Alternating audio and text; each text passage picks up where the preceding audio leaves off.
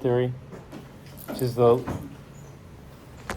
not officially the last part, but this is kind of the last part I'm going to talk about for chapter 24.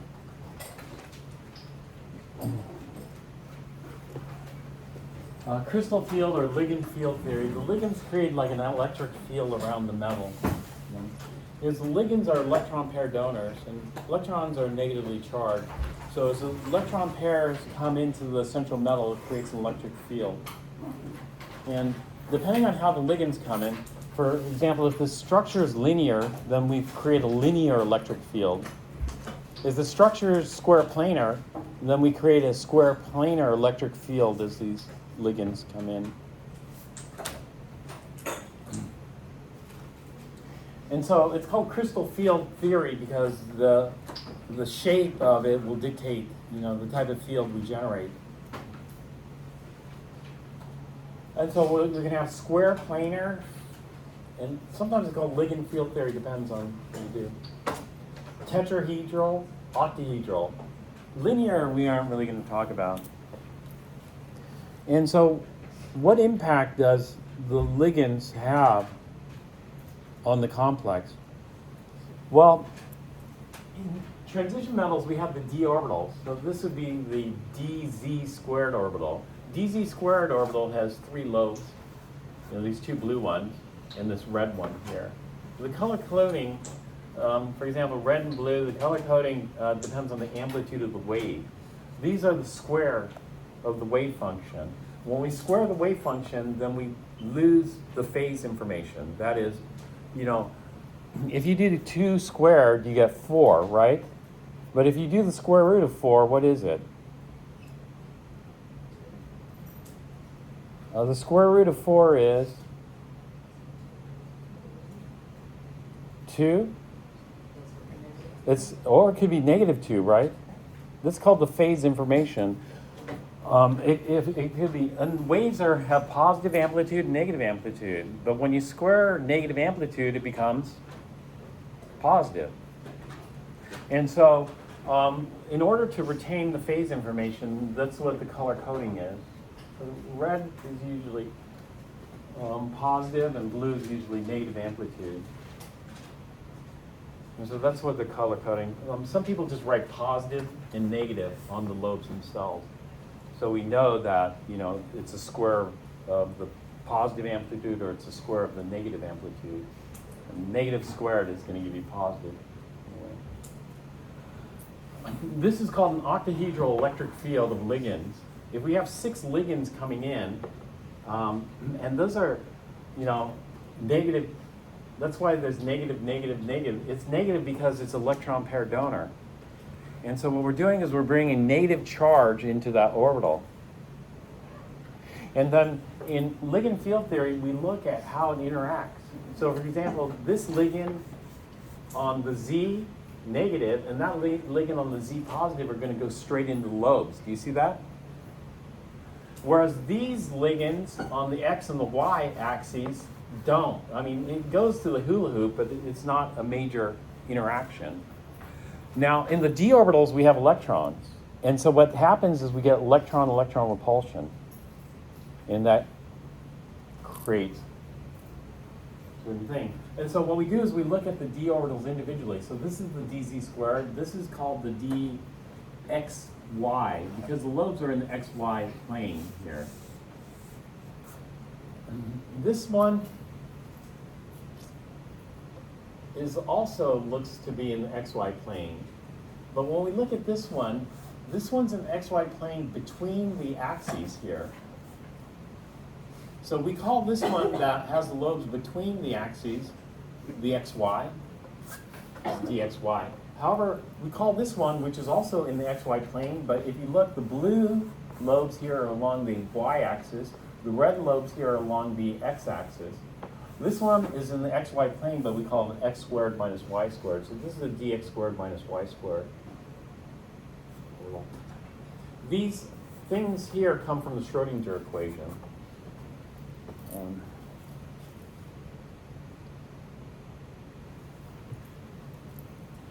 Okay, then we have the dxz along the xz plane, and then we have the dyz along the YZ plane. And these are our 5d orbitals. And when the ligands come in here, they're going to interact most strongly with the dz squared and the dx squared minus y squared, because if you look at the dx squared minus y squared, and we're bringing the ligands right along the axis, then this one's going straight into the lobe, as well as that one. So these four in the plane here are going straight in the lobe, whereas this one that's coming along here is not so significant, nor is the one on the z above significant. When we compare the a and the b, the dz squared and the dx squared minus y squared with the dxy, the ligands are coming in between the lobes here. So this one's coming right dead center in between. This one's not really interacting here. This one's coming between the lobes. And so we have the ligands coming straight into the lobes of the d orbital and the ligands coming in between the lobes. When they're coming in between the lobes, there's less negative repulsion. When they're coming straight into the lobe, there are more negative repulsions with the d electrons. That goes for the, this is the xz and the yz. And when we look at the xz and the yz, the ligands are coming between the lobes. Here, they're not coming directly into the lobes. You know, this is, the y is now perpendicular to the plane here, so the y is coming straight in now. And same thing here. Now what this does is it splits the d orbitals. And so we get, in the free metal ion, we have 5d orbitals. I don't know why we have to write so many lines. The free metal ion should have 5d orbitals. They have 1, 2, 3, 4, 5, 6, 7, 8, 9. That's totally meaningless. Those 9 lines don't mean anything. There should be 5 lines showing 5 orbitals. Then the d orbitals contain electrons, d electrons, and as we bring in the ligands also contain electrons, and we get repulsions. And so this bump up in energy is the repulsion of bringing the ligands in on the d orbitals. Now the repulsions are going to be more drastic for the dz squared and dx squared minus y squared. So those are going to get the brunt of the repulsions. So those get stronger negative repulsions, meaning they go up in energy. Whereas the other ones, where the ligands go in between the lobes, have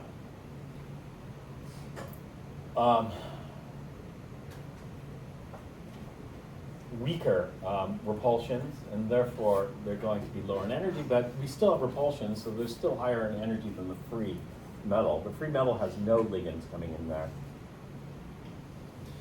And this splitting of the d orbitals should be energetically degenerate. We have 5 d orbitals, they should be the same energy, but when we bring the ligands in there, they're no longer the same energy, and we get splitting of this occur. This splitting of the d orbitals results in color. It's one of the primary sources of color. The other source of color in complexes is due to the ligands. Ligands can have electronic states in the visible region, but this delta is usually in the visible region, and so that gives color to the transition metal complexes. And it gives magnetic properties, because the splitting can change the number of paired versus unpaired electrons. And so it could change the magnetic, it might not change the magnetic properties, they might be the same, but it could potentially change the magnetic properties. So when we're looking at this called splitting of the d orbitals, it results in color and magnetic property changes. This delta O, the O stands for octahedral, and the delta is the splitting energy. So this is the octahedral splitting energy. And it depends on how strong the ligand is. If we have a strong ligand, that means it's an excellent electron pair donor, which means it's going to have strong repulsions, potentially with the d orbitals. The d orbitals are what we call non-bonding. The d orbitals don't participate in bonding, they're just sitting there. The other orbitals participate in the bonding. And so what's holding the ligand to the metal, as I told you, we need molecular orbital theory. We can't visualize it using valence bond theory.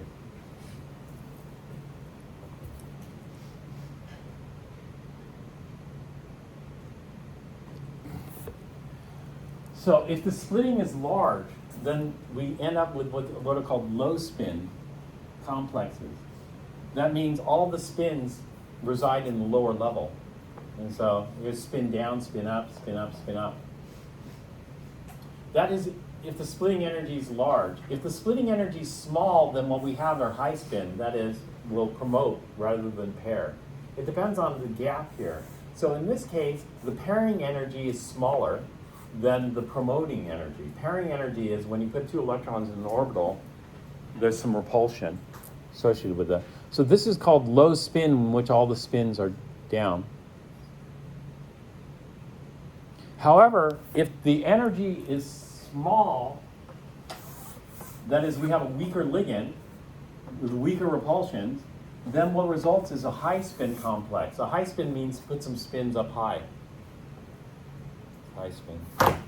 And so if we have 4 d electrons, it's going to change its magnetic properties. So if we have 4 d electrons, depending on if the complex has strong ligands, if it has strong ligands, it makes a big gap here. We get low spin. And if we have 2 unpaired electrons, however, if we have a weak ligand, then the gap is small. They should have shown a smaller gap here. And that means it's easy to promote a spin. So high spin means put some spins up high. And we have 4 unpaired electrons. 4 unpaired electrons, this is going to be twice as paramagnetic as the other one. And we can measure the paramagnetism of this using Gouillet balance. And so this is going to be considerably more paramagnetic. So it depends on what the ligand is. Some ligands are excellent donors. The carbon donors are the best, followed by the nitrogen donors, followed by the oxygen donors, followed by the halogens. And so if we have a strong ligand, we're going to have a large delta. A large delta means low spin, put the spins down low. Whereas if we have a weak ligand, here it's going to form a small delta, and it's going to go high spin. So fluoro is a weak ligand. Weak ligand means small delta. Amine is a strong ligand, which means big delta. And so that could change its properties.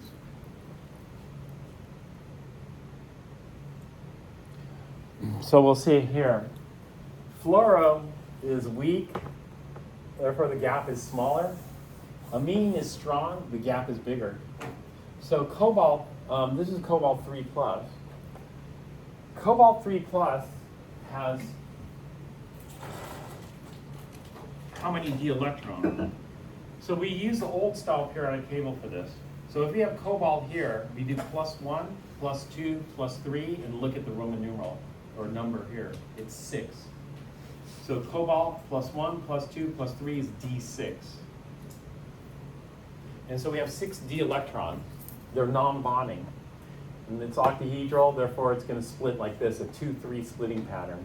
If we have 6, in a weak field, it's going to be high spin. So we do this, Hund's rule, 1, 2, 3. Hund's rule says parallel spins, 4, 5, and then finally we pair. So we fill it like this, 1, 2, 3, 4, 5, 6. Pair is the last resort. Whereas here, it's too high up. So when we fill this, we're going to go 1, 2, 3. We're not going to promote. We're going to pair. 4, 5, 6. So the color and magnetic properties of these two complexes are different. Number one, this is diamagnetic. This one is paramagnetic. Number two, the color is different. This is going to absorb lower energy visible light. And so this is going to absorb things like red, orange, yellow light. if it absorbs red, orange, and yellow, it's going to appear high energy. And so this complex was going to appear like blue, green, violet, higher energy colors, the opposite of what it absorbs. Over here, this one's going to absorb higher energy light. And what's higher energy? Visible light would be like blue, indigo, violet, green, you know. And so if this absorbs higher energy light, then it's going to appear lower energy color. And so the color of these complexes are low energy because they're absorbing high energy light. So these would be like red, orange, yellow complexes. These would be like green, blue, indigo, violet complexes. They appear the opposite of what they absorb. So this one absorbs low, this one absorbs high.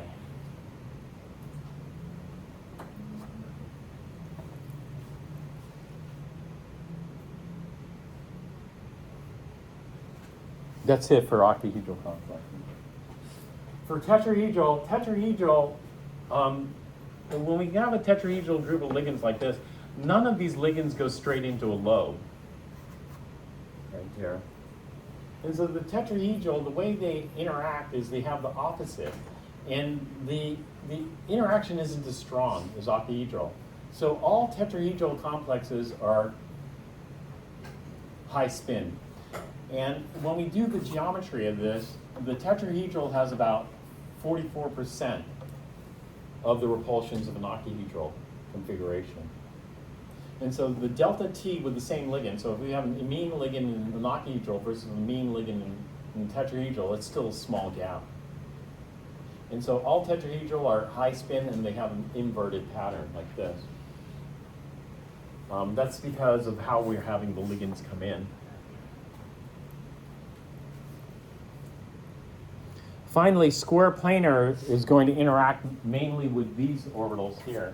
And so the square planar is going to have a different splitting pattern. The x, z, and the yz are going to have the least repulsions, whereas the x squared minus y squared will have the greatest repulsions because we're bringing them along the axis here. And so it has a different splitting pattern. It's 1, 1, 1, 2. You don't have to memorize these splitting patterns.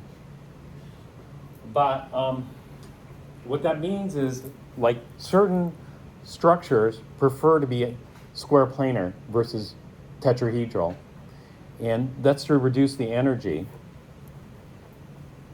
And so let's say we have D8, 8 d electrons in a tetrahedral arrangement. If I have D8, what's D8?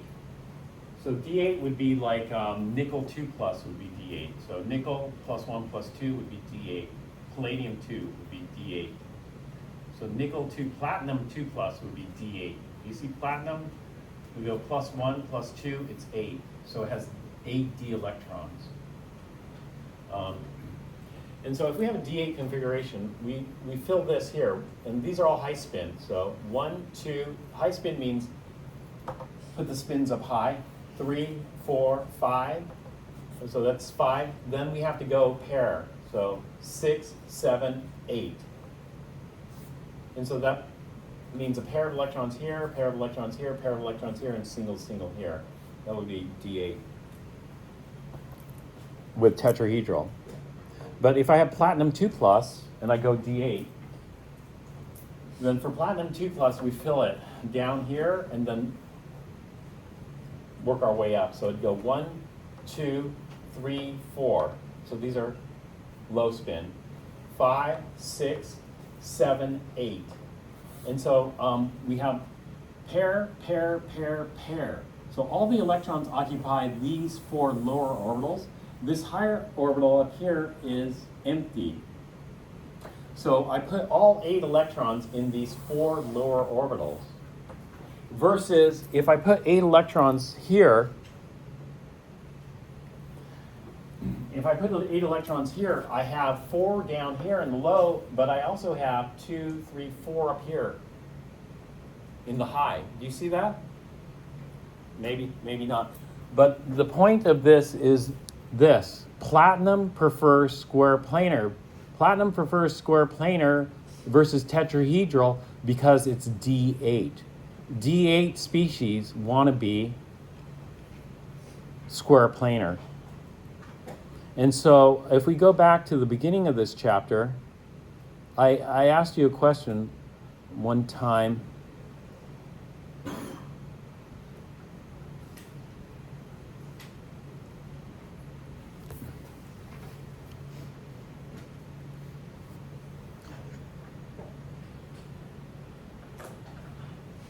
For the complexes, where was it?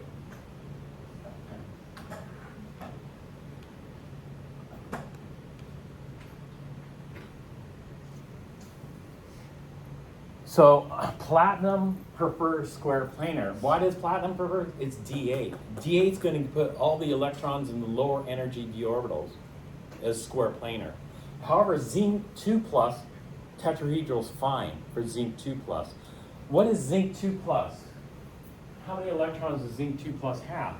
So zinc plus 1 plus 2 means how many d electrons? You just read the number up here. And it has 10. This is D10. So Zn2 plus is D10. D10 means we fill all the orbitals with electrons. If we fill all the orbitals with electrons, actually before I leave this page, let's take a look. Yeah. So we have a little chart there. Platinum 2 plus is D8, nickel 2 plus is D8. Nickel 2 plus is going to prefer square planar over tetrahedral. Palladium 2 plus is D8.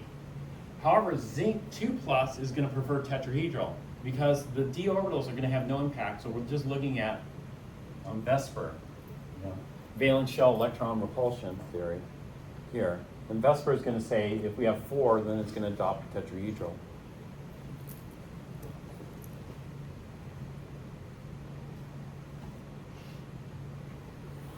So we had this chart earlier, some common coordination numbers. Well, nickel could also form octahedral, nickel 2, but here in the tetrahedral, that 4 is going to be square planar, whereas Zn2 plus, that 4 is going to be tetrahedral. So that's a little bit of theoretical understanding of this. Now,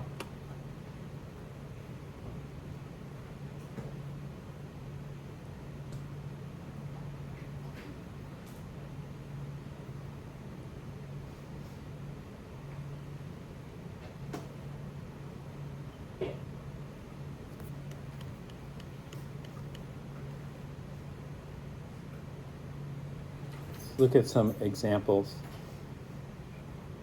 of this.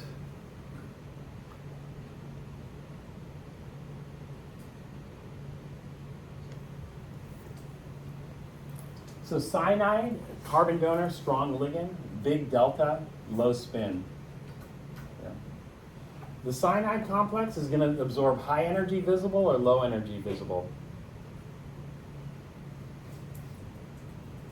Well, if we have a big delta, it's going to absorb high energy visible because it's got a, if it absorbs visible light, it promotes an electron from lower energy orbital to a higher energy orbital.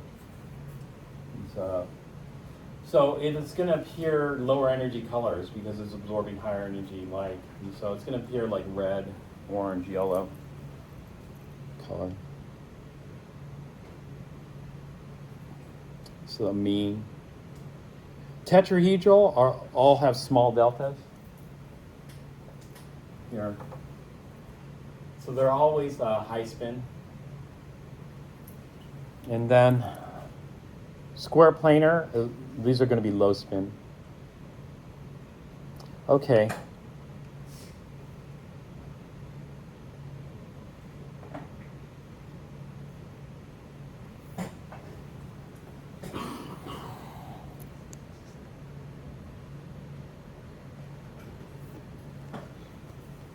The complex is paramagnetic with 3 unpaired electrons. Use ideas from crystal field theory to speculate on its probable structure.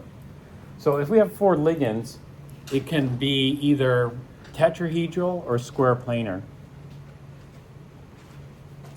And so let's take a look at this complex here.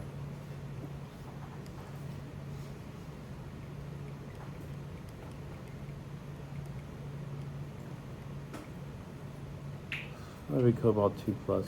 minus.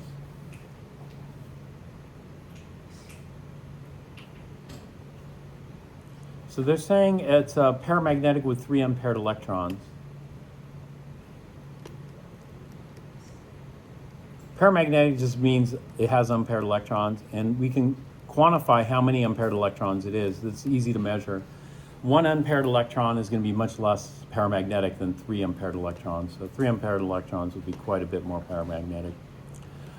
When we have 4, then it could be tetrahedral. Tetrahedral is this. You don't have to memorize these. I'll give you these patterns here. And they're always high spin.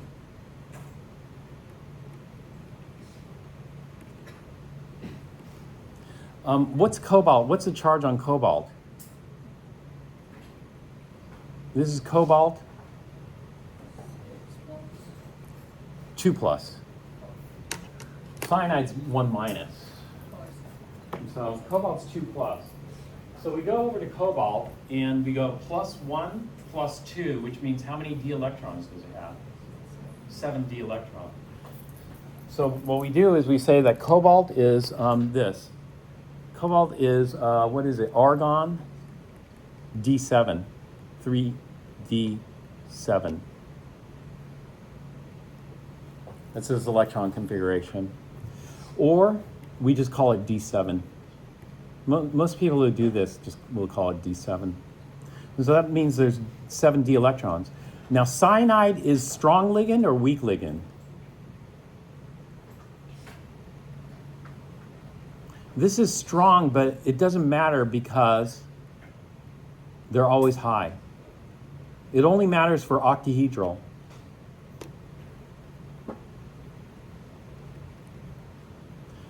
So it could be a weak or strong. It doesn't matter for tetrahedral. They're always high. And so what that means is this: 1, 2, and the third one's going to go high. 4, 5, 6, and then the 7th one has to go low. So how many unpaired electrons do we have here? This results in 4 unpaired electrons.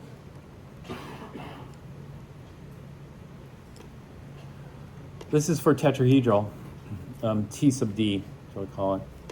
For square planar, the splitting pattern looks like this. Square planar, we do them always low. So it goes 1, 2, and then the third one is not going to go high. Third one's going to go low. 4, 5, 6, 7. 1, 2, 3, 4, 5, 6, 7. Did I get that right? 1, 2, 3, 4, 5, 6. No, sorry, I didn't get that right. This is not 7. That's 7.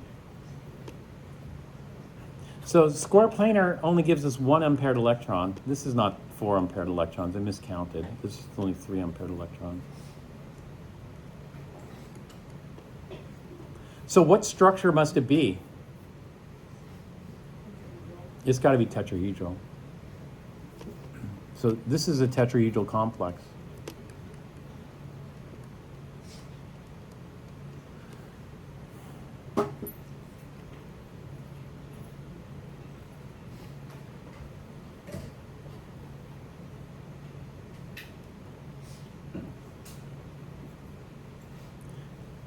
Example B, would you expect tetramine copper 2 to be diamagnetic or paramagnetic?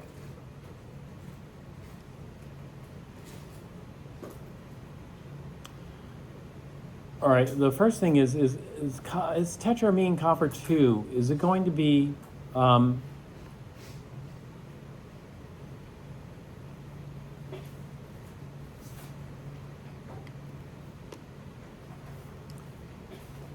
square planar or tetrahedral?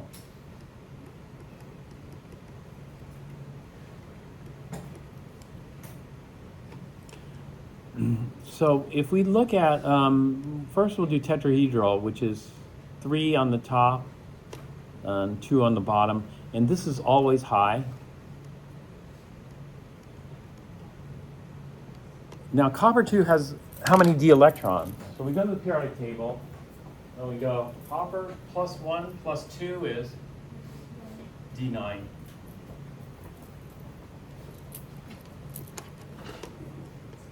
So copper 2 plus is D9. So that gives us 1, 2, 3, 4, 5, 6, 7, 8, 9. This is tetrahedral versus square planar, which is 2, 1, 1, 1. 1, 2, 3, 4. These are low. 5, 6, 7, 8, 9.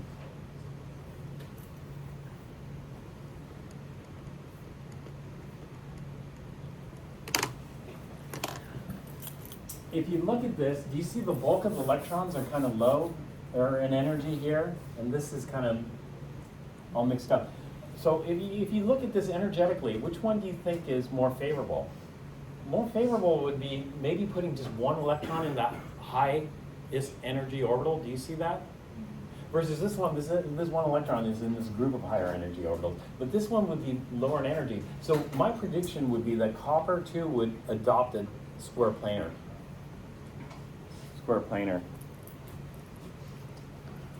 Structure.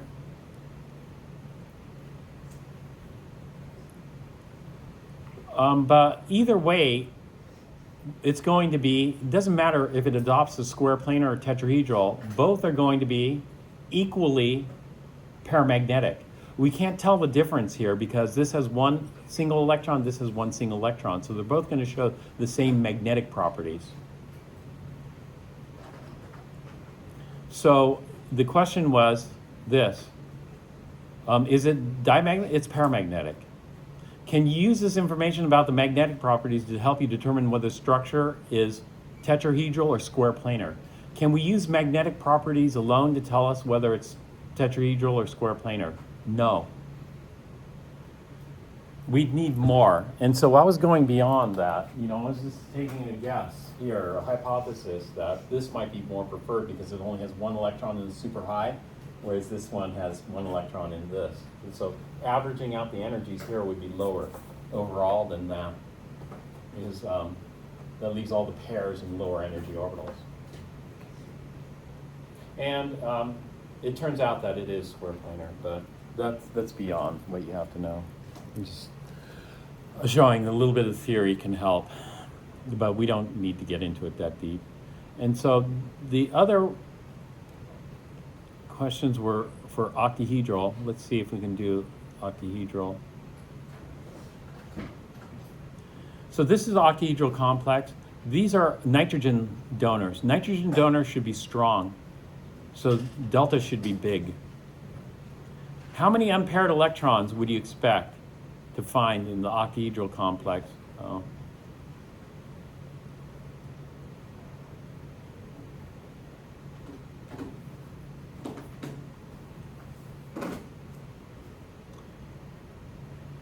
Well, fluoro, is that high spin or low spin? It's weak, so it's low spin. And then we have aqua and chloro down here. So we'll just compare two. We'll just do MnF6. Was it MnF6 or MnF4? MnF6, 2 minus. This is manganese 4. So manganese plus 4, how many d electrons does it have? So we start at manganese. Plus 1 gives us 6, plus 2 gives us 5, plus 3 gives us 4. Plus 4 gives us 3 d electrons.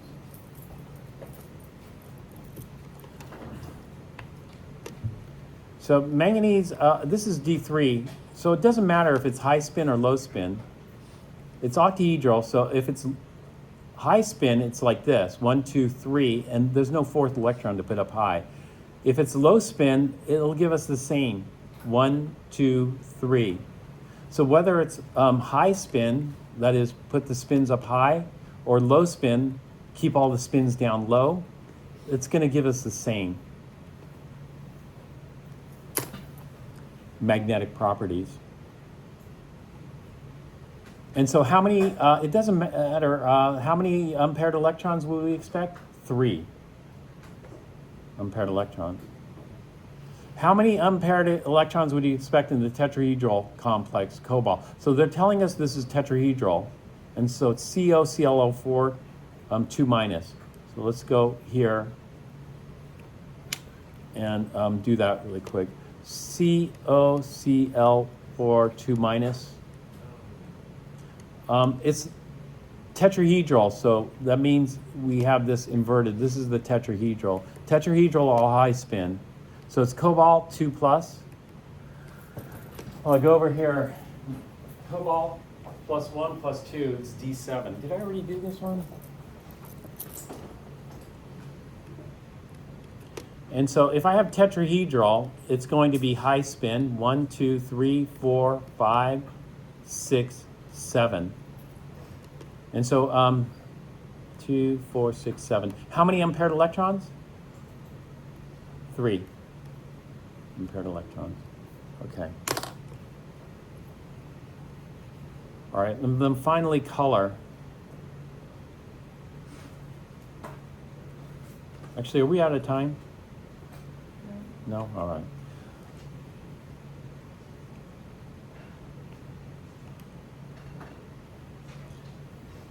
Colors. So you remember the artist color wheel? And so, well, this is a different form of it, but essentially the same thing, the color wheel. So you don't have to know all this stuff, primary, secondary colors, E equals H nu here.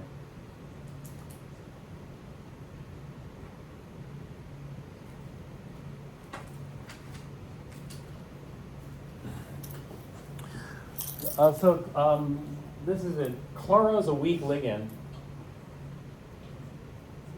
Actually, this one doesn't quite work out.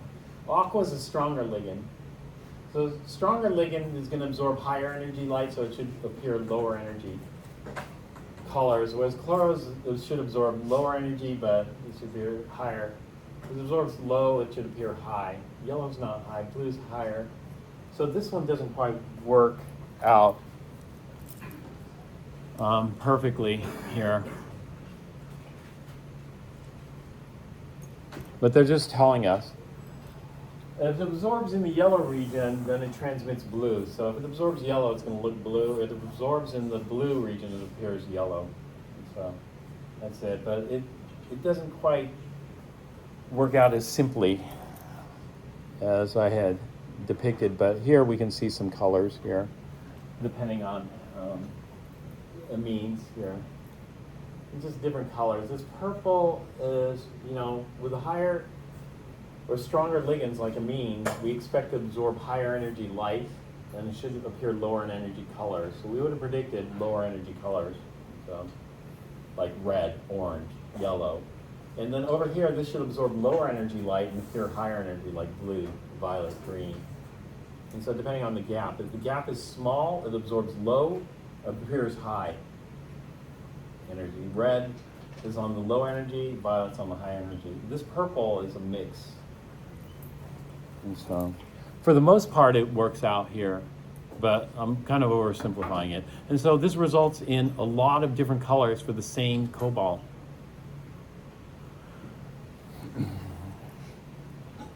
These are all cobalt 3 complexes, it looks like. Yeah, these are all cobalt 3 complexes, but they have a whole range of colors depending on what the ligand is. You don't have to make any predictions. This is very simple stuff that we'd have. And so depending on the gap here, that'll dictate the color. So just a little rough idea of where the magnetic properties and the color comes from. All right, that's it for chapter 24. And then we're going to just have a brief survey of nuclear chem tomorrow. And that'll round out the rest of the information. Wait, so what exactly do you need to know about the color portion? What exactly do you need to know about the color? What you need to know is it depends on the size of the gap.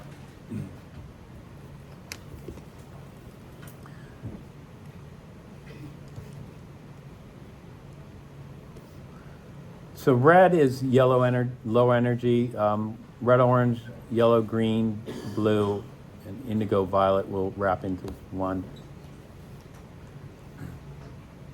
So if it absorbs lower energy, it's going to appear higher energy. You know?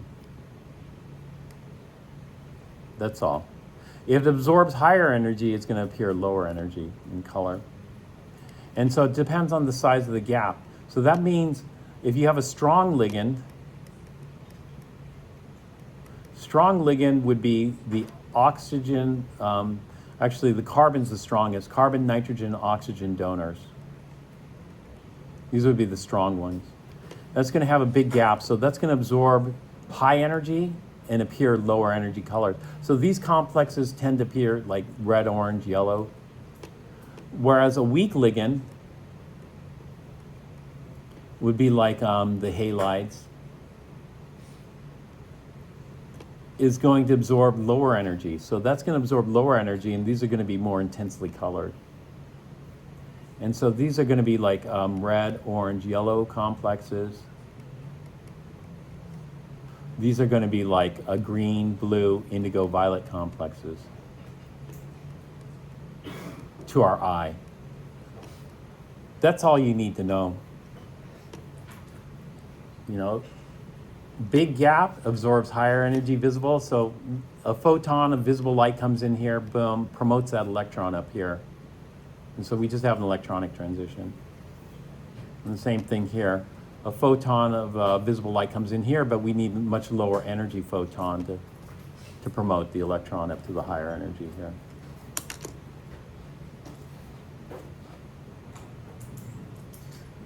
Does that make sense?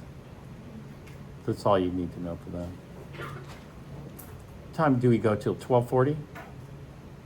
Yeah. So as far as color goes, we can take a look. Oh, this is the Gouillet balance. With the Gouillet balance, you can measure how paramagnetic it is.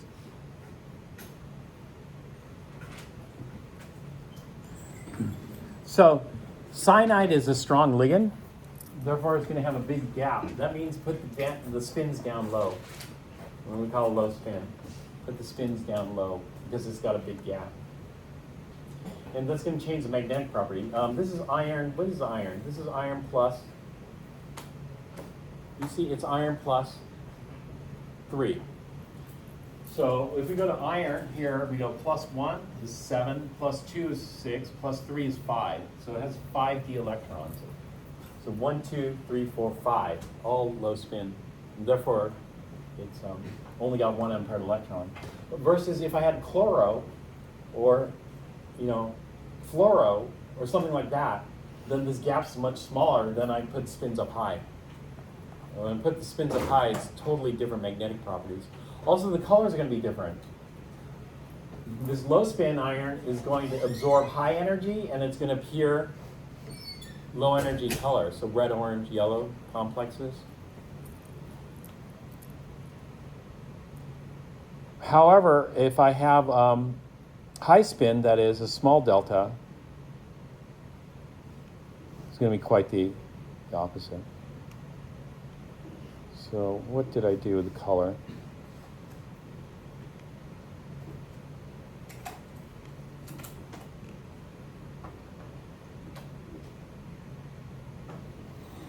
So here we have chromium plus 3. Chromium plus 3, I go over here. Chromium plus 1 is 5, plus 2 is 4, plus 3 is 3. So these are D3. So the magnetic properties don't make a difference whether it's aqua or cyanide. Aqua is a much weaker ligand. It's an oxygen donor versus cyanide, which is a carbon donor. It's the strongest. And so magnetic properties are going to be different, but the colors will be. The aqua is going to absorb low energy. The cyanide is going to absorb high energy. Like high energy keep the spins down low, but the spins are down low anyway. Cyanide absorbs high energy, therefore the colors of this are going to be red, orange, yellow. The color of the aqua will be like blue, green, blue, indigo, violet. So that's what it should be. But that's it. It doesn't go into that much. detail. So it says the aqua is pink, the chloro is blue. That's a bit confusing, but where's pink on the spectrum? I don't know. But blue we know. Blue is a high energy color, so this must be absorbing low energy light to appear high energy. And then pink must be a lower energy or higher energy color, something. Here, one of these is yellow, the other is green. Let's try to guess. Is the nitrogen donor or the carbon donor, which one's stronger? Carbon donor is stronger. Therefore, this one should absorb higher energy, this one should absorb lower energy. And so yellow versus green, which one's high energy? Yellow or green? Which one's low energy? Yellow is low energy, green is high energy. So if this one appears low energy, it must be absorbing high energy. So this must be the yellow because it's going to absorb higher energy. This must be the green because green's higher energy color, so it must be absorbing lower energy. Does that make sense? So that's the kind of level that you would do it to. Just kind of rough predictions. But sometimes those predictions don't come out perfectly, like the copper complex I was just saying. And sometimes pink, what is pink? I don't know.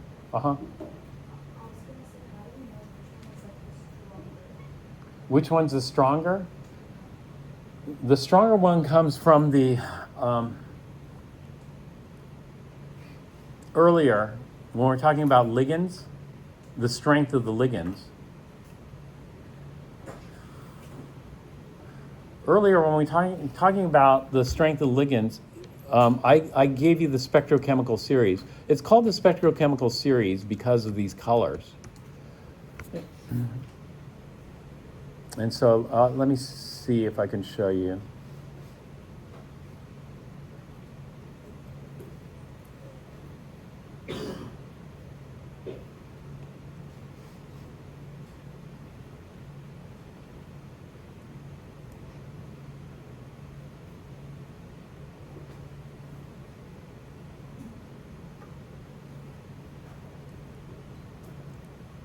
Using the spectrochemical series, this arrangement is known as the spectrochemical series. Hopefully it's here.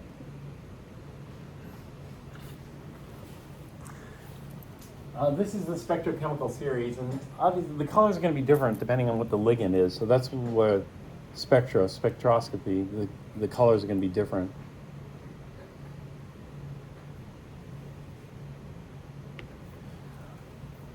So people don't memorize this. They memorize that the strongest ligands are the carbon donors, the cyanide, carbon monoxide, followed by the nitrogen donors, like this nitrito, ethylene diamine, pyridine, amine. EDTA is a combination of nitrogen and oxygen donors. So this is a hybrid. This is nitrogen donor, nitrogen like thiocyanate, and then we have the oxygen donors. So it goes carbon donor, strongest, nitrogen donor, oxygen donor, and then the halides. Sulfur is there too, but sulfur is not a very common one. That's called the spectrochemical series. We talked about this right when we initially talked about complexes.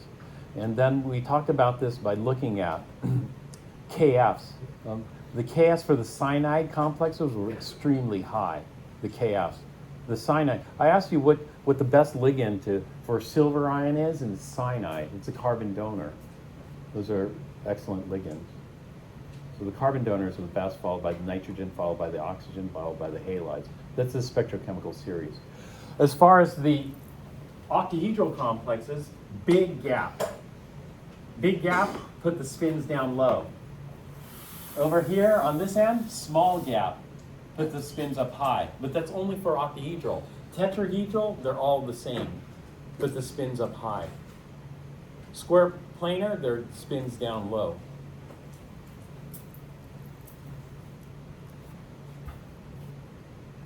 Okay, does that answer the question? Yeah. Were there any other questions? No. All right, that's it for chapter 24. And then for chapter 25, we're just going to have a brief survey of nuclear chem. And, I'll talk about that tomorrow. It'll just be a quick survey. And then I'm going to put 2 short assignments, one for 24 and one for 25.